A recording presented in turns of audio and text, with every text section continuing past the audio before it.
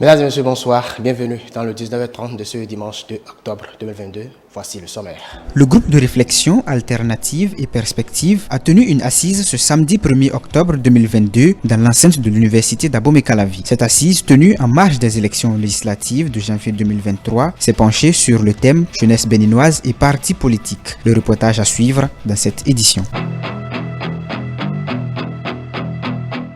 À suivre également dans le développement le compte-rendu de l'émission Dimanche c'est politique de ce 2 octobre 2022. Entre autres sujets abordés par les débatteurs, l'adhésion de la DUD à l'Union progressiste Le Renouveau, le chaos au Burkina Faso et le droit de grève en République du Bénin.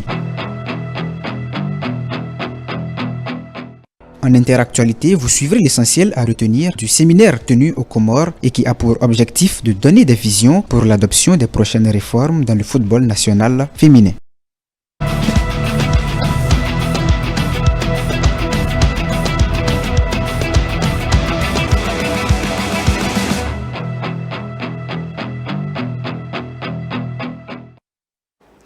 À nouveau, bonsoir. Jeunesse béninoise et partis politiques. C'est la thématique choisie ce mois d'octobre par le groupe de réflexion alternative et perspective GRAP pour ses assises mensuelles de sensibilisation et d'information.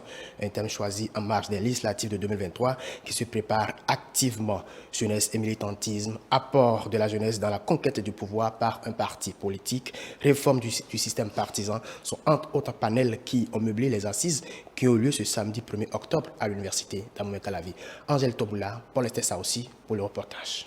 Les élections législatives du 8 janvier 2023 animent tous les débats au fur et à mesure que l'échéance se rapproche. Et dans ce contexte où on parle de renouvellement de la classe politique, il est plus que nécessaire que les jeunes comprennent l'importance de leur participation à la gouvernance qui passe le plus souvent par le biais d'un parti politique. Et c'est cela que le GRAP, groupe de réflexion alternative et perspective, a compris en proposant pour le compte de ce mois d'octobre une conférence débat sur la jeunesse béninoise et les partis politiques dans le cadre de ces mensuels de sensibilisation et d'information. Dans un parti politique, les incitations ne manquent pas. C'est pourquoi les jeunes doivent s'engager davantage en politique par l'intermédiaire d'un parti politique et surtout un parti politique de leur choix. Un parti politique, c'est la conquête du pouvoir. Quoi qu'il en soit, les différentes communications qui vont suivre dans le cadre de cette conférence ne manqueront pas de revenir sur ces différents aspects évoqués. Pour planter le décor, les communications ont démarré par la notion de parti politique. Au Bénin, la loi 2018 portant charte des partis politiques donne une définition de parti politique. En son article 2, alinéa 1, les partis politiques sont des groupements de citoyens partageant des idées, des opinions et des intérêts communs et qui s'associent dans une organisation ayant pour objectif de conquérir et d'exercer le pouvoir et de mettre en œuvre un projet politique. La même loi, par son article 3, fait état de ce que les partis politiques expriment leurs objectifs et leur idéologie dans des programmes politiques. Au regard de cette définition légale, il se dégage deux rôles essentiels imputables aux partis politiques: l'effectivité du désir de conquérir et de conservation du pouvoir est très clairement perceptible. Par contre, le rôle d'éducation civique dévolu aux partis politiques ne constitue pas une préoccupation pour les leaders de partis. Une fois dans les partis politiques, quel est le rôle de cette jeunesse et surtout son intérêt dans le militantisme? Les jeunes doivent-ils attendre les campagnes électorales pour se faire remarquer? Comment peuvent-ils travailler pour permettre à leur formation politique de conquérir et exercer le pouvoir? La seconde communication de cette journée a édifié les participants. Le militantisme politique, pour nous, n'est pas toujours un militantisme partisan. C'est vrai que le militantisme partisan est politique, mais il ne faut pas qu'on résume le militantisme politique à l'adhésion à un parti politique. Pour une démocratie plus productive, qu'est-ce que nous devons rechercher? Ce qui est recherché, c'est une meilleure représentation des jeunes en politique. Parce que Une meilleure représentation des jeunes en politique entraîne une meilleure représentation de la population dans les instances de prise de décision. La prise en compte des enjeux du militantisme politique par les jeunes, qu'est-ce qu'on gagne? C'est souvent la question. Le jeune vous dit, oui, vous voulez que je m'engage, mais je gagne quoi dedans? Individuellement, le jeune gagne une meilleure connaissance des enjeux, problèmes et défis de la cité. Il gagne une meilleure connaissance des institutions et de leur fonctionnement. Il gagne en aptitude susceptible de servir à sa vie professionnelle ou familiale. Il gagne en enrichissement par les rencontres avec des personnes au parcours divers. La conquête et l'exercice du pouvoir sont les principales motivations des partis politiques. Le jeune qui décide d'intégrer une formation politique doit alors avoir une culture politique et se forger une conviction qui va guider ses mouvements dans l'arène politique. Sur l'émission hebdomadaire Dimanche politique de ce 2 octobre 2022, plusieurs sujets politiques et d'actualité ont été abordés sur nos différents plateaux, entre autres les sujets à l'adhésion, entre autres sujets relatifs à l'adhésion de la DUD à l'Union progressiste Le Renouveau, le chaos au Burkina Faso, la restriction du droit de grève à d'autres secteurs au Bénin. Suivez le compte rendu signé Nafissatou Hassani. Ancien conseiller technique du ministre de la Communication, il a été très actif dans l'opposition béninoise ces 2 dernières années. Fred Huenou, le nouvel adhérent du bloc républicain, était l'invité de l'entretien de ce dimanche. Il explique ici d'où vient cette lucidité dont il fait preuve aujourd'hui. La lucidité retrouvée, ce n'est pas l'expérience de la prison. Si vous voulez, c'est l'état dans lequel se trouve mon pays, confronté à une situation internationale qui nous affecte énormément. En tout cas, en ce qui me concerne, les dirigeants du bloc républicain, pour ceux avec lesquels j'ai eu l'occasion de discuter, ont restauré devant moi la gouvernance de notre pays et les efforts qu'ils fournissent quotidien aux côtés du chef de l'État. Oui, donc il y a une certaine lucidité. Quant à la question de savoir pourquoi son choix a été porté sur le bloc républicain, il répond. Le bloc républicain croit en la vertu de la vérité. La seule possibilité de nous en sortir, c'est que nous mettions en œuvre une thérapie de choc qui nous permette de répondre aux mutations structurelles qui caractérisent les nouveaux rapports de force dans le monde. On ne gagnera pas cette bataille par des postures. C'est-à-dire, ce n'est pas en déclarant « je suis démocrate » ou « je soutiens le chef de l'État » qu'on gagne cette bataille. On gagne cette bataille par des idées, parce que ce sont des idées qui guident les victoires et les actions. Et le Bloc républicain est un parti politique qui proclame les valeurs. Une opposition un peu plus dépeuplée, avec l'absorption de la LNA et de la DUD, par l'Union progressiste Le Renouveau, c'est sur ce thème que les invités du duel ont ouvert le débat. Dans un pays, quand on mène un combat, il est important, il est nécessaire de se conformer aux lois qui régissent la vie du pays, même si on n'est pas d'accord avec les lois. C'est d'accord? La FCBE et restaurer la confiance RLC. Voilà les 2 partis reconnus en tant que parti d'opposition, qui ont fait les formalités et qui sont reconnus comme parti d'opposition. Ces partis-là sont encore là, ils n'ont ni adhéré, ni fusionné au parti, que ce soit UP, le Renouveau, ou le BR, ou les autres. Ceux qui sont allés vers l'UP, que ce soit ne sont pas des partis d'opposition, et donc l'opposition ne se dépeuple pas. Au contraire, l'opposition se réunit. Puisque nous, RLC, on s'est mis ensemble avec la FCBE dans le but d'aller aux élections, dans une stratégie commune, et qu'on fera une liste commune pour aller aux élections. Et nous, on est en train d'avancer tout doucement. Nous sommes là. Si la meilleure option, c'est de rejoindre l'UP Le Renouveau, concédons-leur ça, c'est leur choix. Et à l'UP Le Renouveau, nous ne faisons pas de distinction entre d'où il vient, de quelle couleur il est, de qu'est-ce qu'il est. Nous voudrions tout simplement renforcer la réforme du système partisan, faire en sorte que les grands ensembles puissent gagner les grandes batailles et gérer le pouvoir de façon homogène. Sur l'hebdo des éditos, 3 sujets ont été abordés, dont la restriction du droit de grève qui a été étendue à d'autres secteurs comme celui de l'aéroportuaire et des hydrocarbures. Les débatteurs saluent l'initiative. C'est vrai, certains parlent de restriction, certains parlent de suppression du droit de grève. Mais moi, je préfère parler d'encadrement. Pourquoi doit-on arriver dans ce contexte démocratique à encadrer le droit de grève? Après les explications du gouvernement, je crois que cette polémique est passée. Et les Béninois ont compris, même les organisations internationales également qui avaient des préoccupations par rapport à cette initiative gouvernementale, avaient compris les motivations du gouvernement. Il fallait à un moment donné préserver certains secteurs clés du développement du pays comme la justice, comme la santé, comme l'éducation et autres, ou à moindre initiative gouvernementale, les travailleurs cessaient les activités, mettre la clé sous le paillasson et déclencher des mouvements de grève sans même préalablement entrer en négociation, en discussion avec le gouvernement. Le gouvernement de la rupture est en droite ligne de sa volonté affichée d'impulser réellement le développement.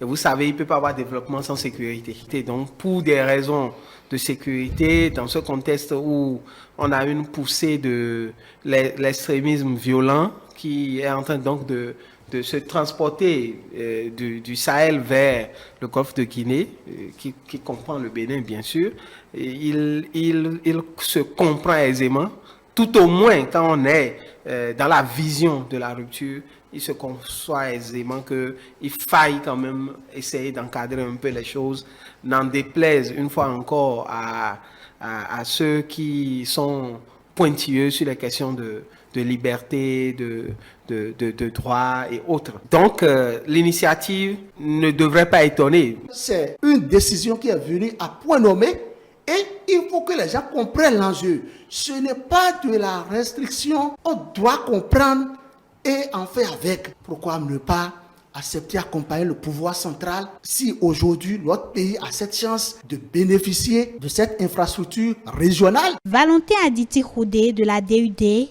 désormais membre de l'Union progressiste Le Renouveau. Quel gain pour les deux partis? Les invités apprécient. C'est une chance pour l'UPR, puisque l'homme que nous connaissons, l'ancien questeur de l'Assemblée nationale, Valentin Aditi Khoudé, est un grand poids politique, qu'on veuille ou pas. Il est désormais de la mouvance présidentielle. Du fait qu'il est de la mouvance présidentielle, moi je pense que c'est une chance pour la mouvance présidentielle, puisque il va contribuer d'une manière ou d'une autre à l'évolution de la vie politique de l'UPR. C'est aussi une chance aussi pour lui-même d'être accepté par l'UPR. Il doit reconnaître ça.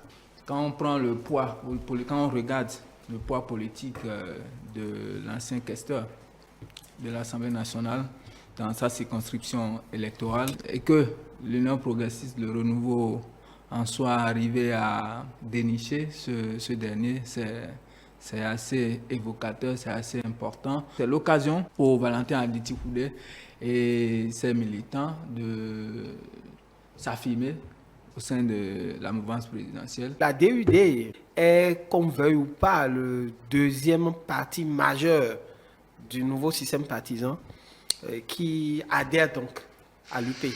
Si on devait comparer les poids politiques, on voit bien aisément qu'après Adrien Ngouedji, c'est Khoudé. Le troisième sujet abordé est relatif au démenti du directeur général de la douane par rapport à la hausse des prix des produits de première nécessité dès le 1er octobre 2022.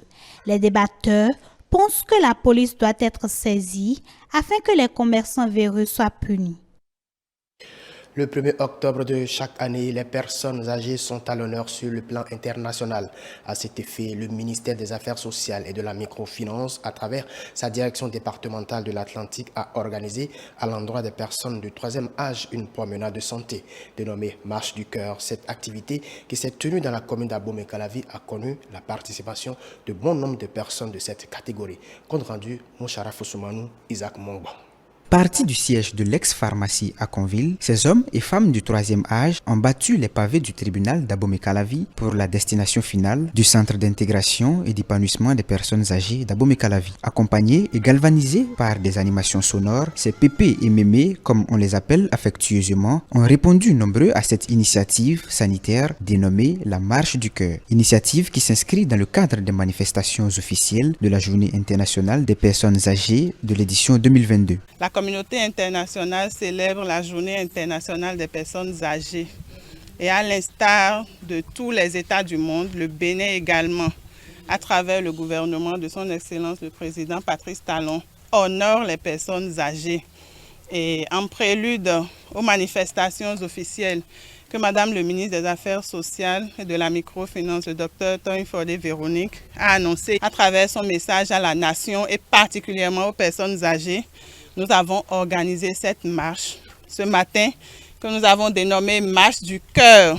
Cette promenade de santé n'est qu'une activité parmi tant d'autres prévues par le ministère des Affaires sociales et de la microfinance. Les prochaines activités sont prévues pour le 4 octobre prochain en collaboration avec le ministre de la Santé et concernent des dépistages gratuits au profit de ces hommes et femmes du 3e âge. À cette occasion, Madame le ministre des Affaires sociales et Monsieur le ministre de la Santé offriront aux personnes âgées des consultations médicales gratuites par rapport à la médecine générale, le dépistage du diabète, de l'hypertension, l'hypoglycémie et tout ça, donc du paludisme également. Donc nous voulons vous inviter à venir massivement le 4 octobre 2022 ici, au Centre d'intégration et d'épanouissement des personnes âgées d'Abomey-Calavi. Touchées par cette initiative inédite, les personnes âgées, par la voix de leur porte-parole, saluent et remercient les initiateurs. Ils prient ces derniers de rééditer l'exercice les années à venir. Je suis à la retraite depuis 28 ans. Je suis très heureux de ce jour. Et depuis 28 ans, je n'ai jamais vu ça. Cette marche nous a fait du bien. Elle a rajeuni les personnes de 3e âge. J'encourage très vivement tous les organisateurs à répéter, à rééditer cet exercice. Je dois particulièrement remercier le gouvernement du président Talon pour avoir pensé aux personnes du 3e âge. Car je disais que depuis 28 ans, je n'ai jamais vécu ça. Au nom de toutes les personnes âgées présentes et non présentes, je remercie et je lui porte la grâce que le Seigneur nous a aussi donnée à cet âge. Les personnes du 3e âge ne sont pas et ne doivent pas être considérées comme des charges ni des fardeaux. Au contraire, elles sont et constituent pour la communauté des personnes ressources. L'habilitation de la statue Biogara de Parakou entamée en raison de l'état de dégradation avancé du monument sont achevées. Ceci a été possible grâce à une entreprise chinoise à travers l'ambassade de la Chine près le Bénin et la mairie de Parakou. La cérémonie de remise s'est déroulée à la place publique qui porte d'ailleurs le nom de ce guerrier Ouassangari. C'était en présence des autorités traditionnelles et communales de la région. Chano Dopéon pour le point. Un nouvel éclat vient d'être donné à la ville de Parakou à travers cette rénovation de la statue de Biogera. Cet acte de générosité, conjointement de l'ambassade de la Chine près le Bénin, de l'entreprise Sino Hydro Corporation et la mairie de Parakou, vient redorer l'image de ce héros national. C'est un héros immortel par son esprit. Cet esprit est national. La réhabilitation du statut Biogera consiste un hommage des Chinois résidant ici au Bénin rendent au peuple béninois et aussi à la République du Bénin. Il s'agit aussi d'un cadeau d'un anniversaire de 62 ans du Bénin que l'ambassade et la société Sino Hydro rendent à la commune de Parakou. Ce projet de rénovation de la statue, longtemps souhaité par les élus locaux et communaux de la région, est désormais chose faite. La satisfaction est grande. La dégradation de la statue du héros Biogera était pour nous une préoccupation majeure. L'ambassadeur de Chine n'a pas tardé à me donner son accord de principe en vue de la restauration de l'histoire de notre pays en général et celle de Parakou en particulier. La vision touristique telle que voulue par le chef de l'État, son Excellence le Président Patrice Talon, pour notre pays le Bénin, est donc en marche et nous devons soutenir cet effort en valorisant notre chose culturelle, car un peuple sans culture n'en est pas un. Le député et président de la Commission des relations extérieures de l'Assemblée nationale, Rachid Igbadamassi, se réjouit de la bonne coopération entre la Chine et le Bénin. Il profite de l'occasion pour faire un plaidoyer. Quand nous faisons le point de ce que vous avez fait à travers le Bénin, d'abord au niveau de notre Parlement, c'est la preuve que vous partagez nos réalités, monsieur l'ambassadeur. Au nom des populations béninoises que nous représentons, nous vous disons merci pour tout ce que vous faites pour le Bénin. Tant qu'il reste à faire, c'est comme si rien n'est fait. Les modules de classe que nous attendons encore de la part de la société Sino Hydro sur le leadership de l'ambassadeur qui aime la ville de Parakou. La place Bioguera, autrefois critiquée pour son manque d'attractivité et son air d'abandon, s'est donc rajeunie. La première autorité de la ville de Parakou s'engage désormais à un entretien efficace de ce lieu phare de la cité des Kobourou. En interactualité, on évoque ce séminaire tenu aux Comores et qui a pour objectif de donner des visions pour les réformes au niveau du football féminin. Dans leur prise de parole, les chefs des délégations de chaque ligue ont chacun reformulé les recommandations permettant d'améliorer les conditions d'organisation de leur compétition. Reportage de nos confrères de CGTN. Ce séminaire a pour objectif de donner des visions sur les réformes au niveau du football féminin. Dans la prise de parole, les chefs de délégation de chaque ligue ont chacun reformulé des recommandations permettant d'améliorer les conditions d'organisation de leur compétition. Moi, je dirais qu'il y a un avantage qu'il y ait des arbitres femmes, mais aussi, comme je viens de le dire, des médecins femmes. On a revendiqué pas mal de choses, surtout dans les stades, il faut avoir des vestiaires, parce que nous sommes des femmes. Comment on change les habits? Il faut avoir un endroit propre pour qu'on change nos habits. Et aussi, on a demandé des formations pour nos coachs, d'avoir des licences comme les autres garçons, de nous considérer comme les autres garçons.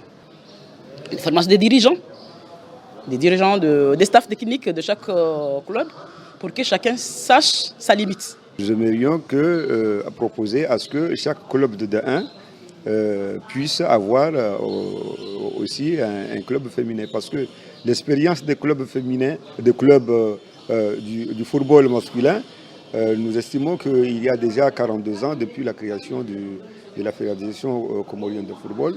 Donc l'expérience acquise dans les clubs pourra être bénéfique par rapport à l'évolution du football féminin. Parmi les points soulevés ensuite par les acteurs du football, c'est la mise en place d'une stratégie nationale, à commencer par ouvrir un centre de formation, créer un championnat de catégorie des jeunes et mettre en place une protection sociale pour les joueuses. Les résultats entendus de cet atelier, on peut citer entre autres l'adoption ce samedi des dispositions particulières des compétitions conformément au règlement de la FIFA, de la CAF et de la FFC.